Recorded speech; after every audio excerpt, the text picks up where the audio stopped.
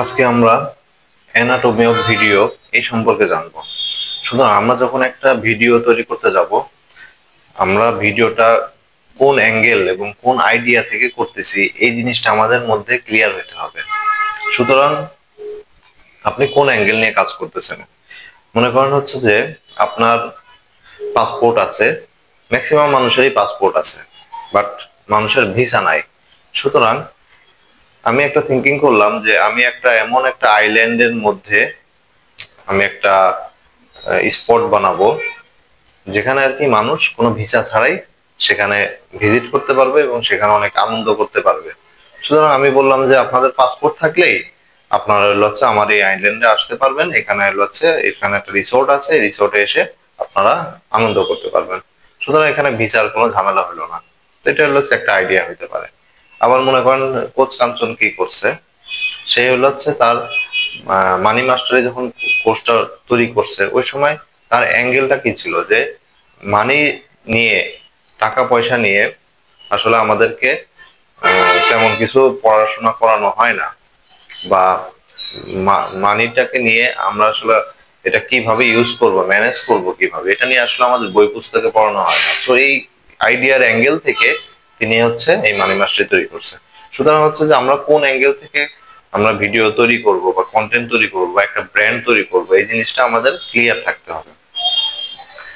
সুতরাং আমরা যা যা কিছু করব সবকিছুই হচ্ছে আমাদের রিটেন থাকতে হবে। মনে করেন হচ্ছে আপনি আপনার একটা মিটিং করতেছেন, মিটিংটা রিটেন ফরম্যাটে থাকতে হবে। আপনি একটা ভিডিও বানাচ্ছেন, ভিডিওটা রিটেন ফরম্যাটে থাকতে হবে। আপনি যত সবকিছু যখন রিটেন ফরম্যাটে তৈরি করবে তখন দেখবেন যে সেই জিনিসটা অনেক বেশি সুন্দর হবে। সুতরাং আপনি যখন কোনো একটা ভিডিও বানাবেন, ভিডিওটা হচ্ছে আপনি কোন অ্যাঙ্গেলে বানাচ্ছেন এই জিনিসটা আপনার ক্লিয়ার হতে হবে। যে ভিডিওটা যখন ফ্রেমিং করতেছেন তখন ভিডিওটার অ্যাঙ্গেলটা কি হবে। আপনি কি সাইড অ্যাঙ্গেলে কথা বলবেন, নাকি আপনি ফ্রন্ট অ্যাঙ্গেলে কথা বলবেন, নাকি ওভার শোল্ডারে কথা বলবেন, নাকি বিলো শোল্ডার, আপনি কোন অ্যাঙ্গেলে, বা আপনাকে আপনি ফুল বডিকে ফোকাস করে আপনি ভিডিওটা বানাবেন, এই জিনিসটা হচ্ছে খুবই ইম্পর্টেন্ট। তো এটা হচ্ছে আমাদের অ্যাঙ্গেলটা আমাদের ক্লিয়ার থাকতে হবে। দেন হচ্ছে যে থাম্বনেইল, আমরা যখন ভিডিওটা কমপ্লিট করব, শেষ করব, দেন হচ্ছে যে আমাদের এটা এডিট করতে হবে।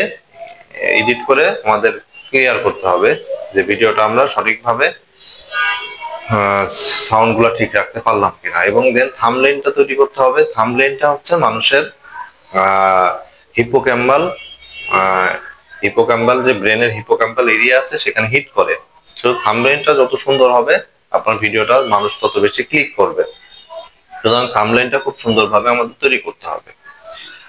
সুতরাং আমাদের ভিডিও তৈরি করতে হইলে আমাদের চারটা বিষয় খুব সুন্দরভাবে মাথায় রাখতে হবে। সেটা হচ্ছে যে আপনার কথার যে ভয়েসটা অনেক বেশি ক্লিয়ার হইতে হবে, স্পষ্ট হইতে হবে।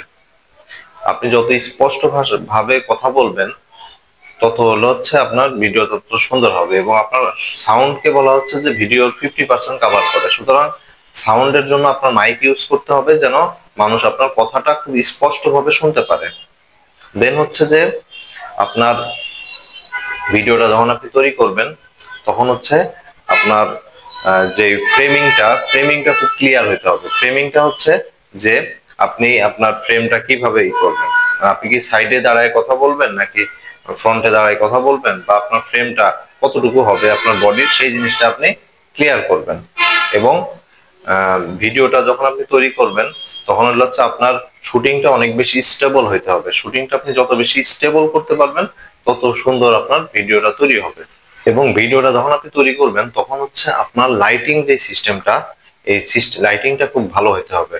আপনার আলোটা যত ভালো হবে মানুষ হচ্ছে আপনার ভিডিওটার প্রতি তত বেশি অ্যাট্রাক্ট হবে। তো এই চারটা জিনিস আমরা খুব স্পষ্টভাবে মনে রাখবো। এইভাবে যদি আমরা ভিডিও বানাই তাহলে আমাদের ভিডিওটা অনেক বেশি সুন্দর হবে। Thank you.